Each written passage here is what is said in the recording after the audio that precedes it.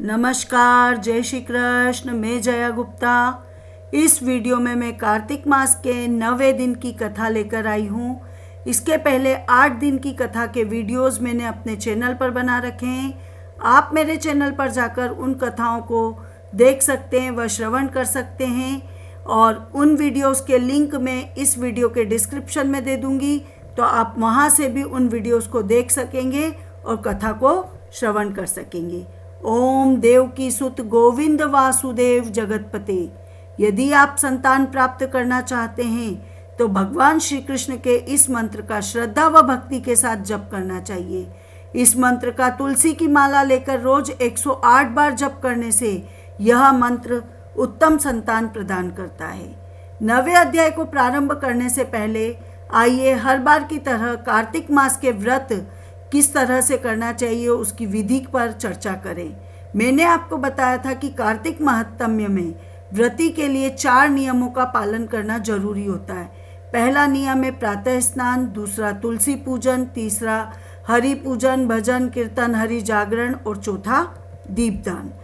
कार्तिक महात्म्य के अध्याय 4, 5 व 6 की कथा के वीडियोज में मैंने आपको कार्तिक मास में किए जाने वाले प्रातः स्नान के बारे में जानकारी दी थी।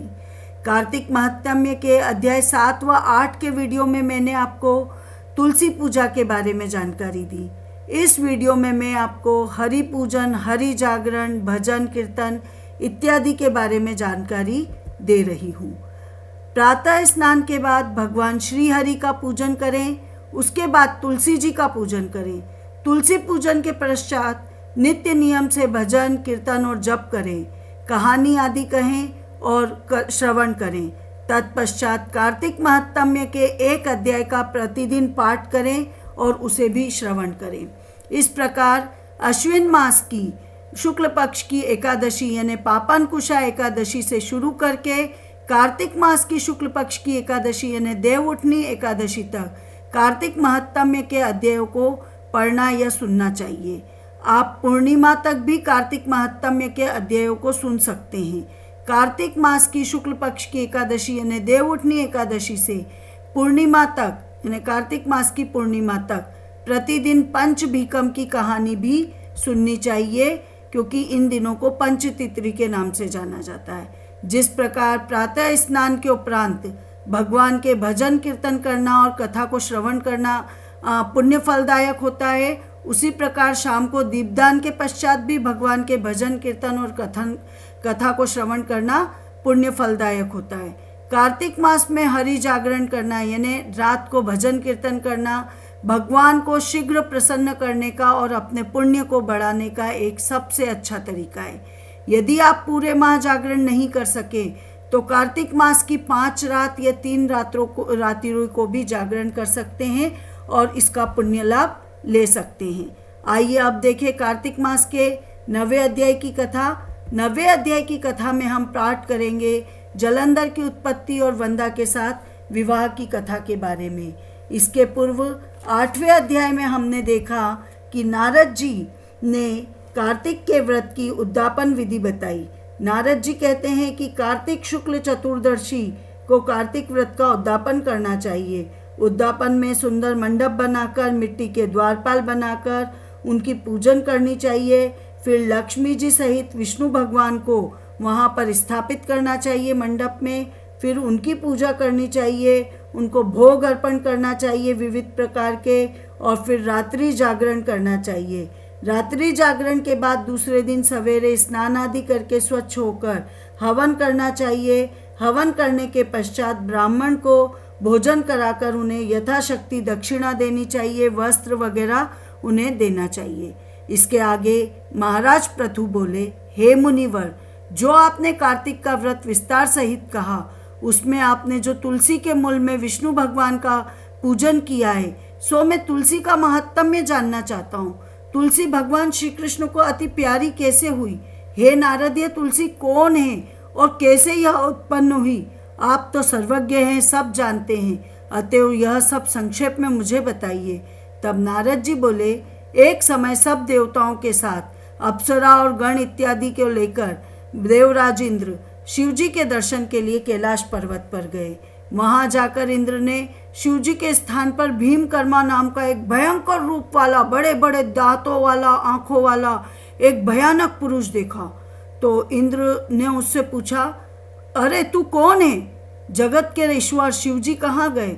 हे राजन, उनके बार बार ऐसा पूछने पर भी वो कुछ नहीं बोला। तो इंद्र को क्रोध आ गया। तो वो क्रोधित होकर बोले कि जो तू मेरे बार बार पूछने पे भी उत्तर नहीं दे रहा है, तो अब मैं तुझे वज्र से मारता हूँ।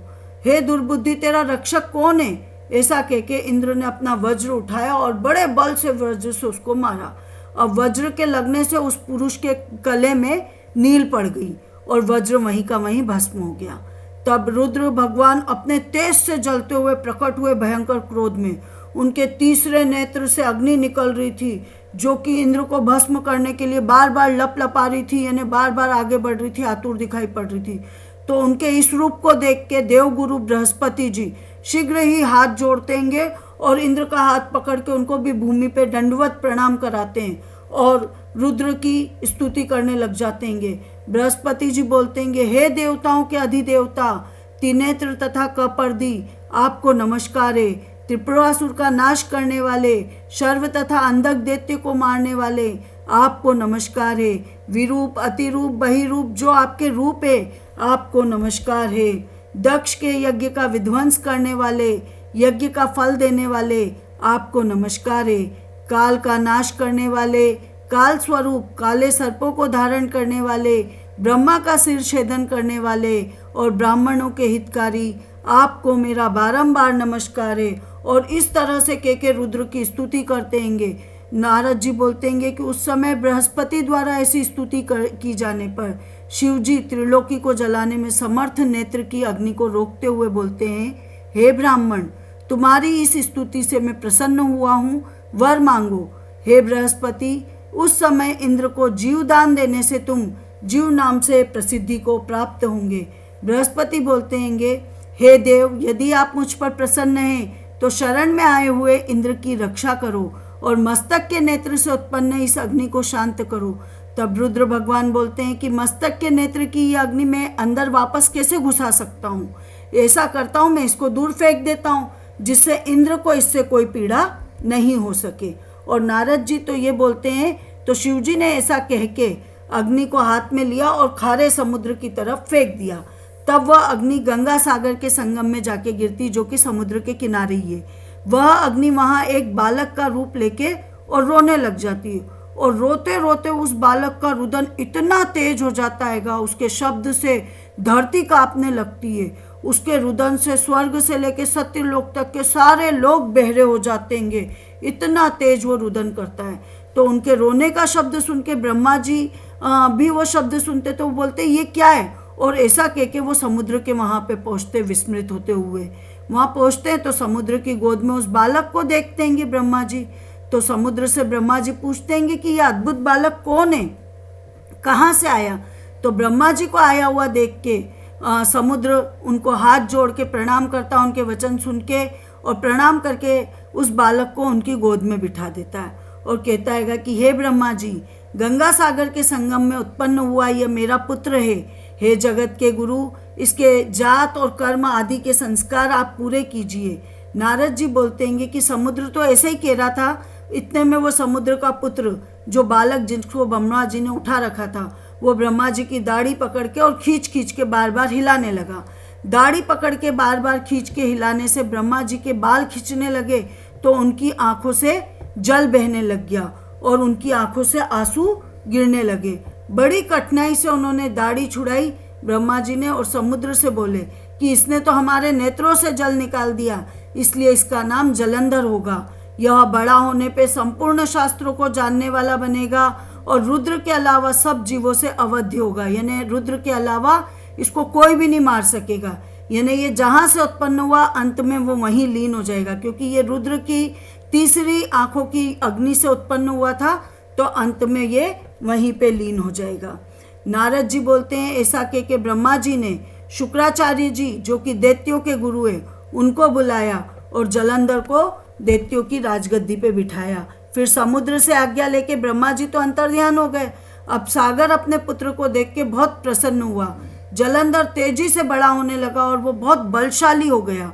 अपने पुत्र को देख के सागर बहुत प्रसन्न होता था और उसके लिए एक सुंदर योग्य कन्या ढूंढने लगा ताकि उसका विवाह कर सके। तो बाद में सागर ने उसकी स्त्री के रूप में कालनेमी राक्षस की पुत्री थी वृंदा, उसकी याचना की। कालनेमी से जाके कहा कि मेरे पुत्र का विवाह आपकी पुत्री से कर दो। तब असुरों सहित कालनेमी ने प्रसन्न होकर उस श्रेष्ठ कन्या यानी वृंदा का दान कर दिया, यानी वृंदा का विवाह जलंधर के साथ कर दिया। बलि जलंधर अति प्रीति करने वाली और वश में रहने वाली, यानी वृंदा बहुत सुंदर स्त्री थी और अपने पति से बहुत प्यार करती थी और पति की बात मानकर चलती थी। ऐसी स्त्री को पाकर जलंधर बहुत खुश हुआ और शुक्राचार्य की सहायता से पृथ्वी पर राज्य करने लगा। और आपको आगे का वृत्तांत हम 10वें अध्याय में सुनेंगे। इति श्री पद्म पुराणे कार्तिक मास महत्म्य 9वां अध्याय संपूर्ण। आपको मेरा ये वीडियो अच्छा लगा हो तो इसे लाइक और शेयर कीजिए। अभी तक यदि आपने मेरे चैनल को सब्सक्राइब नहीं किया है तो कृपया मेरे चैनल को सब्सक्राइब कीजिए, बेल आइकन को हिट कीजिए ताकि मेरे नए वीडियोस के नोटिफिकेशन आपको तुरंत प्राप्त हो। हिंदू धर्म, संस्कृति, तीज त्योहार, व्रत कथा, रीति रिवाज इत्यादि जानने के लिए मेरे साथ बने रहिए। जय श्री कृष्ण।